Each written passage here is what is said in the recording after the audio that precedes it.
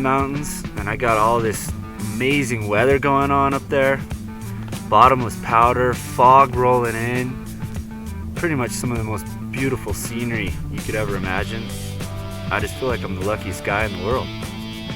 My name is Chris Coulter. I live in Salt Lake City, Utah, and I ride the Wasatch. Love riding with Coulter. I mean, solid, not only physically, but mentally tuned in to how to be safe, how to execute, and most importantly, how to have a good time.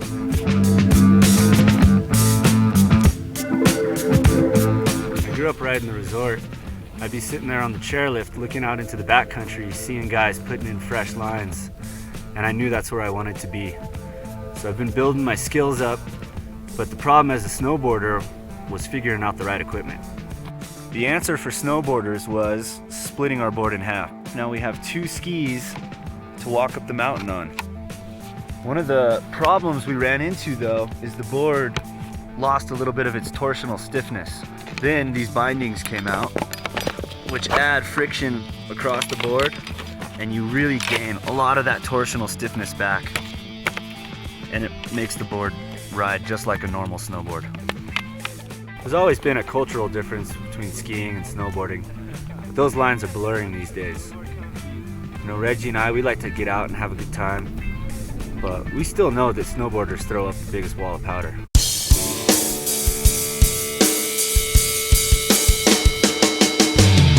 Chris and I, we have this little competition going on where I watch him go and he just blows it up.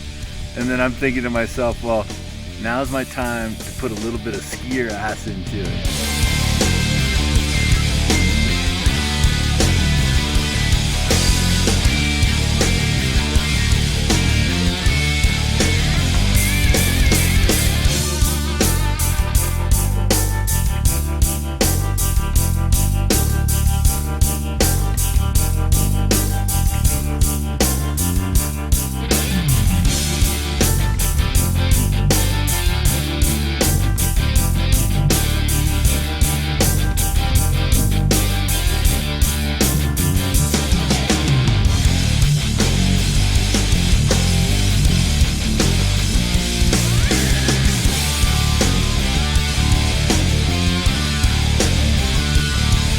Yeah, Coulter might have me on the biggest spray, but I definitely got him on the best crash.